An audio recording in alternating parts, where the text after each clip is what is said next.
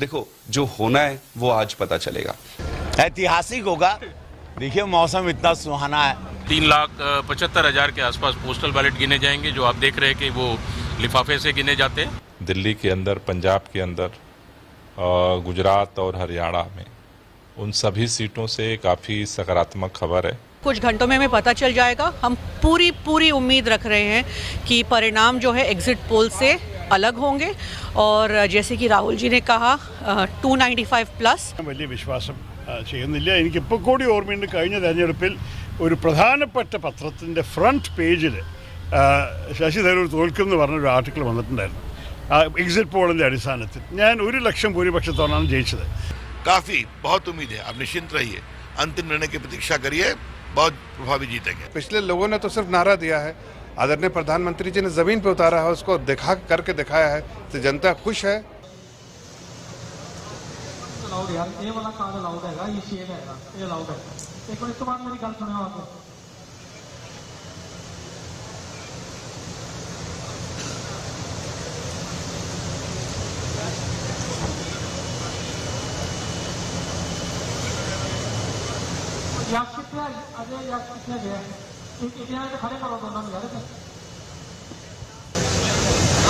बटेगा तो क्या लगता है? लगता है सरकार बनेगी, हमारी सरकार बनेगी, पूरी बहुमत से सरकार आएगी, बनेगी। तो इसकी खुशी में आप लोग हाँ, इसी खुशी में लड्डू बना रहे, इसी खुशी में बूंदी बन रही। बड़े मंगल भी है, ओरिजिनल है सब, ये तो हमेशा होता है और ये भी खुशी है तभी बनवाया गया, बन रहा है।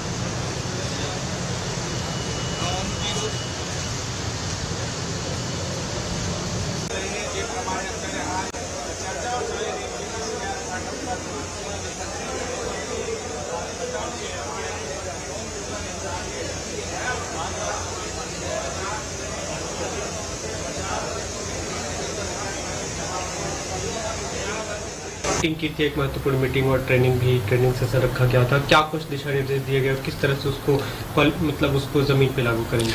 देखिए हमारी पार्टी तो काफी साइंटिफिक तरीके से चुनाव लड़ती है, तो हम शुरू से ही मशीन नंबर से लेके वीवीपैट नंबर से बैलेट नंबर से लेके सारे नंबरों को मैच करते हैं, टाइमिंग्स मैच करते हैं। प्लस एक चीज ये बोला गया है कि एग्जिट पोल जो आया, एग्जिट पोल का पर्पस क्या है अभी तक समझ नहीं आ रहा है, क्योंकि एग्जिट पोल के डेटा और जिस तरीके से नंबर्स ये सारा इन्होंने प्रेजेंट किया है, एक होता है कि चलो भाई मेरी सीट नहीं आ रही है तो मेरे को दुख हो रहा है, एक भावना ये होती है। दूसरी ये है कि इस बार जो देखने को मिला, ऐसा लग रहा है कि कहीं पर बैठ के पेन पेपर में वहीं के वहीं ठीक किया गया। मैं किसी को दुर्भावना से ग्रसित होकर कुछ नहीं कहना चाहता हूँ, सबके अपने एनालिसिस है, वो आज दूध का दूध और पानी का पानी हो जाएगा, लेकिन कुछ तो मोटिव रहा होगा।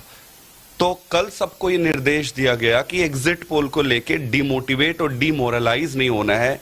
कई बार लोगों को जब अर्ली ट्रेंड ऊपर नीचे दिखता है और ऑलरेडी एग्जिट पोल बोल दिया होता है तो लोग जल्दी जल्दी छोड़ के आने लगते हैं बूथों को, जो काउंटिंग चलते रहती है। ऐसी परिस्थिति में फ्रॉड करने के चांसेस बढ़ जाते हैं। तो हमने स्ट्रिक्टली सब कहा है कि इनके चक्कर में नहीं पड़ना है, एग्जिट पोल के चक्कर में नहीं पड़ना है, वो पूरा कॉन्कॉक्टेड है, फ्रॉड है, फर्जी जैसे लग रहा है सारा। आप अपने काम पे फोकस करो और लास्ट तक, जब तक लास्ट वोट काउंट नहीं हो जाता है तब तक आप बैठे रहो। 245 का जो मीटिंग हुई थी उसमें विपक्षी दलों के इंडिया ब्लॉक का एक आंकड़ा दिया गया 245, आपको अभी लगता है कि उस आंकड़े पे आप लोग टिके रहेंगे? देखिए सबने मीटिंग में अपने अपने कंजर्वेटिव नंबर और एम्बिशियस नंबर दोनों शेयर किए।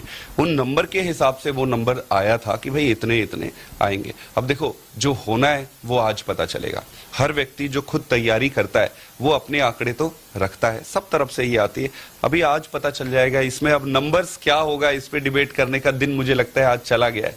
मुझे ये लगता है कि देश का भविष्य कैसे निर्धारित होगा? क्या जो भी जीत कर आए, क्या वो संविधान की रक्षा करेंगे? जो भी जीत कर आए, क्या वो बच्चों को रोजगार देंगे? जो भी जीत के आए, क्या वो स्कूल हॉस्पिटल की राजनीति करेंगे या फिर वही वैसी राजनीति? आज देश के सामने सबसे बड़ा प्रश्न यही है।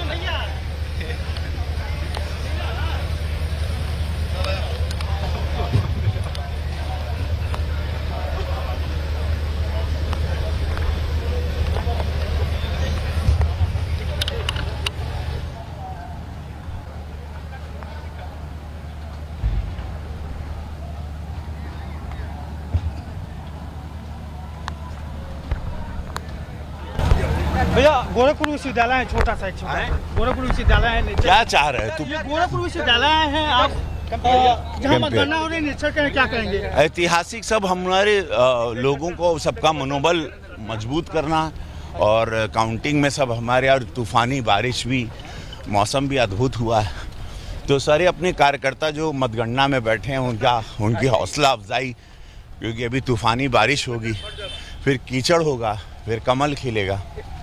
तो आज बहुत बड़ा दिन है।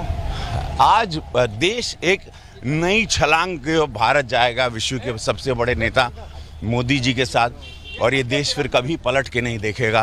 ये $5 ट्रिलियन और विराट होगा, विशाल होगा, गरीबों का कल्याण होगा, सिर्फ और सिर्फ गरीबों का कल्याण होगा। आज के दिन की शुरुआत आपने कैसे किया था सर?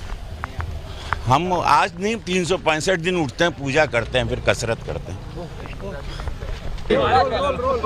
सांसद जी, आज मतगणना हो रही है, क्या लग रहा है? ऐतिहासिक होगा। देखिए मौसम इतना सुहाना है और हनुमान जी को पूरा आज लीला बाहो, बहुत बड़ी लीला। मौसम भी अच्छा, बरसात हो रही है, भीग जाओगे। क्या लग रहा है? क्या लग रहा है? कितना बड़ा मार्जिन हुआ? ऐतिहासिक जो एग्जिट पोल के आंकड़े हैं, क्या वो मोहर लग जाएगी उस पे? ऐतिहासिक हुई। हर हर महादेव। ज़्यादातर रिजल्ट मिलने चाहिए। पोस्टल बैलेट की काउंटिंग, पोस्टल बैलेट राजस्थान में बहुत अधिक है। 3,75,000 के आसपास पोस्टल बैलेट गिने जाएंगे, जो आप देख रहे हैं कि वो लिफाफे से गिने जाते हैं, और साथ साथ दोनों प्रक्रियाएं होंगी, लेकिन ईवीएम की काउंटिंग 8:30 बजे से स्टार्ट करेंगे। Thank you.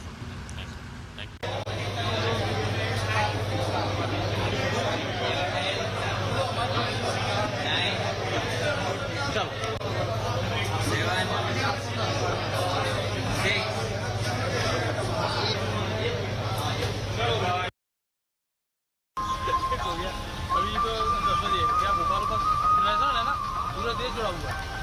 रीजनल खत्म हो गया ना हमारा, और क्या नेशनल है।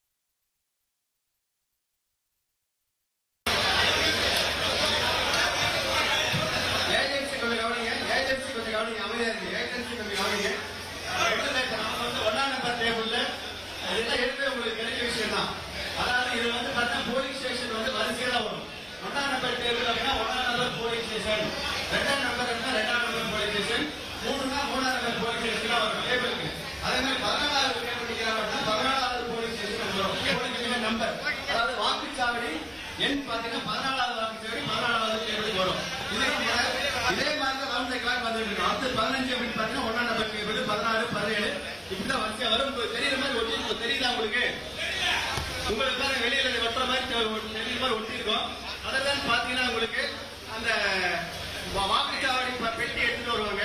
பெட்டி எடுத்துட்டு வந்த உடனே உங்களுக்கு காமிப்பாங்க சீல்ல இருக்காது.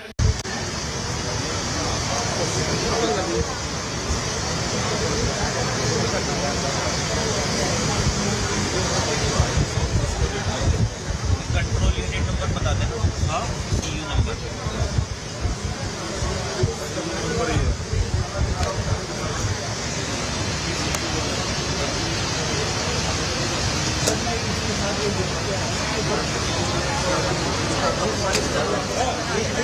नहीं मैम तो नहीं पता ना इसलिए वीडियो में डालना बस ये मशीन ओपन करते ना हमारा काम खत्म हो ओपन होते ही मैम पूरे देश के लिए जनता ने जिस तरह से मतदान किया है इस संविधान और लोकतंत्र को बचाने के लिए पूरे देश से सकारात्मक परिणाम की उम्मीद है।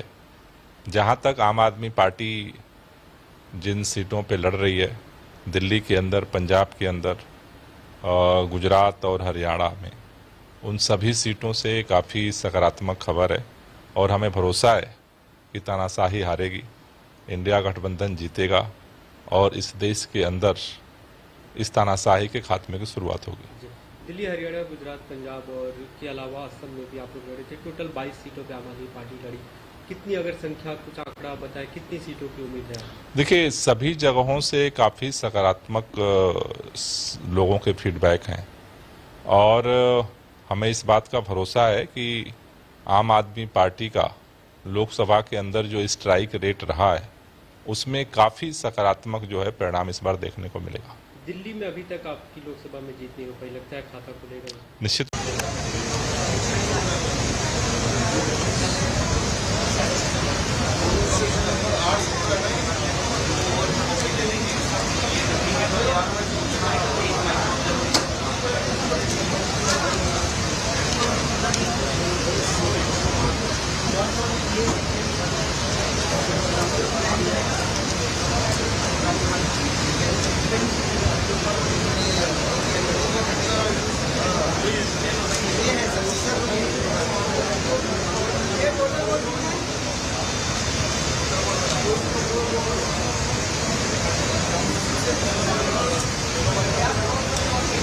सारी काउंटिंग के पास सिर्फ कंट्रोल रूम ही थे।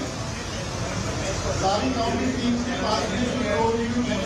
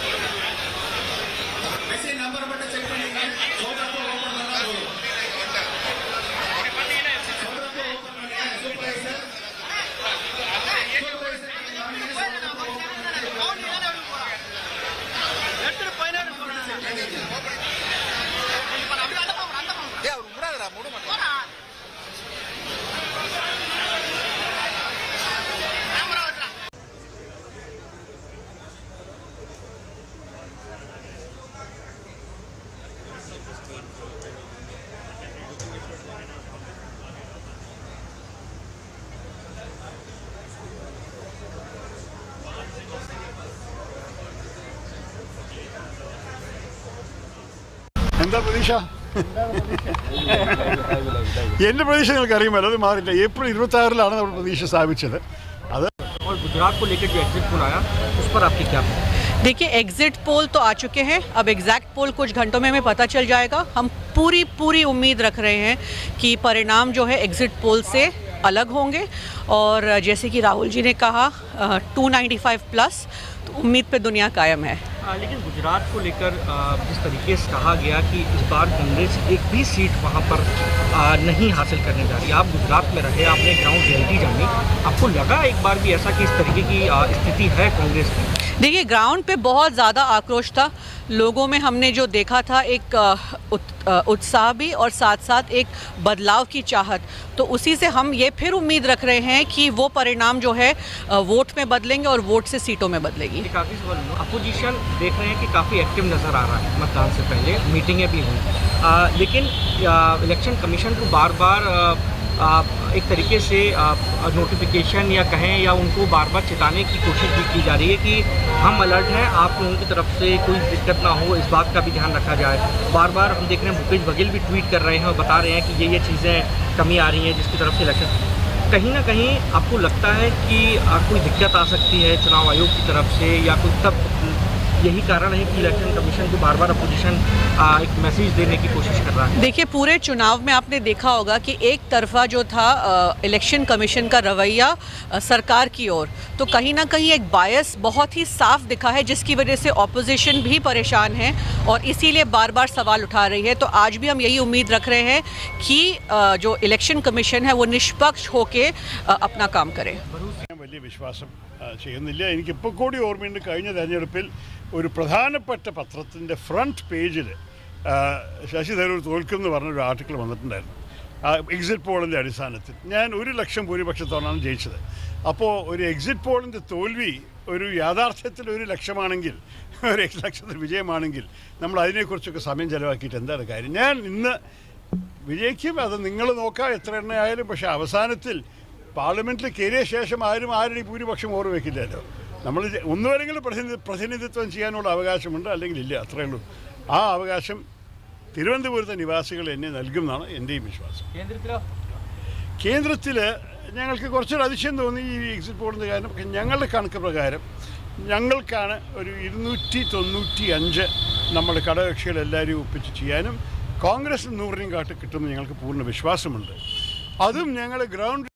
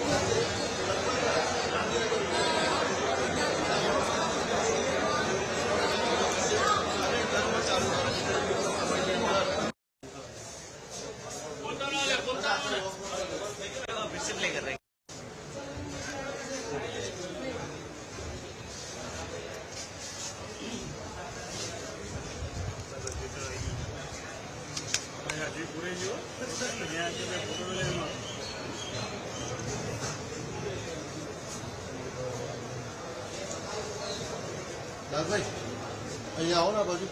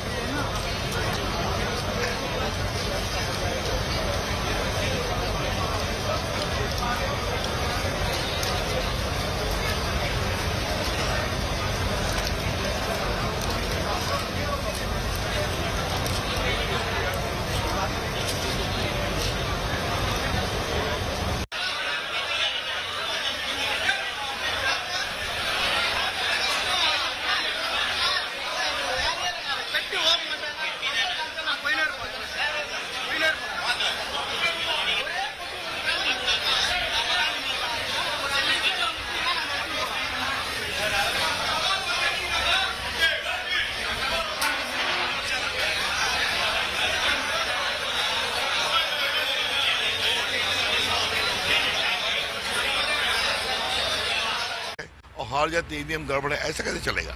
ये तो ठीक नहीं है। साउथ में कुछ उम्मीद है इस बार? काफी, बहुत उम्मीद है। आप निश्चिंत रहिए, अंतिम निर्णय की प्रतीक्षा करिए, बहुत प्रभावी जीतेंगे। इंडिया से कुछ सलाह देंगे? विनम्रता से हार को स्वीकार करना चाहिए, बस। लेकिन ऐसा तो दिख नहीं रहा है। अब प्रतीक्षा करिए, देखते हैं क्या होता है। कमीशन पे भी सवाल खड़े हो रहे हैं, लोग कर रहे हैं। अब वो क्या करें, सब पर सवाल करते हैं तो करने दीजिए। लेकिन जो मैंने कहा, आज निर्णय का दिन है, तो विनम्रता से निर्णय स्वीकार करना 400 पार होगा पक्का। धन्यवाद।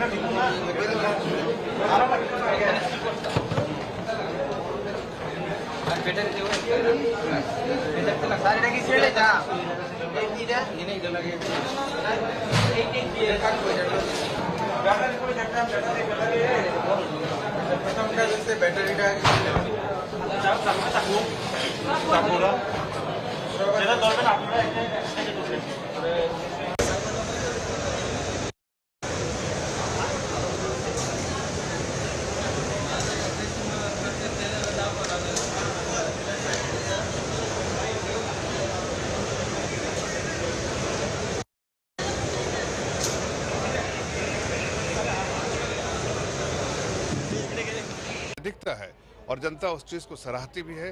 जनता की ज़िंदगी में जब चेंज आता है, अगर 11 करोड़ टॉयलेट बनाएंगे, आप 4 करोड़ घर देंगे जिनके पास घर नहीं है, आप अगर गैस कनेक्शन देंगे, 13-14 करोड़ गैस कनेक्शन देंगे, और दुनिया हर तरह की ईज़ ऑफ लिविंग के लिए जो एक आम नागरिक को चाहिए वो सारी सुविधाएँ देंगे, तो जाहिर है जनता देखती है कि भाई बच्चे की पैदाइश से लेके उसके आगे पढ़ाई से लेके, उसकी नौकरी से लेके, रोज़गार से लेके, उसके बाद उसके माँ बाप के और परिवार के लिए हेल्थ जो आयुष्मान भारत के स्कीम की जो बेनिफिट है, साथ साथ जो उनको राशन में मिलता है, तो जनता भी देखती है कि जो खजाना है देश का वो जनता के बीच में बट रहा है और जनता उससे जो है लाभान्वित हो रही है। और वो कौन कर रहा है? पिछले लोगों ने तो सिर्फ नारा दिया है, आदरणीय प्रधानमंत्री जी ने ज़मीन पे उतारा है, उसको करके दिखाया है, तो जनता खुश है।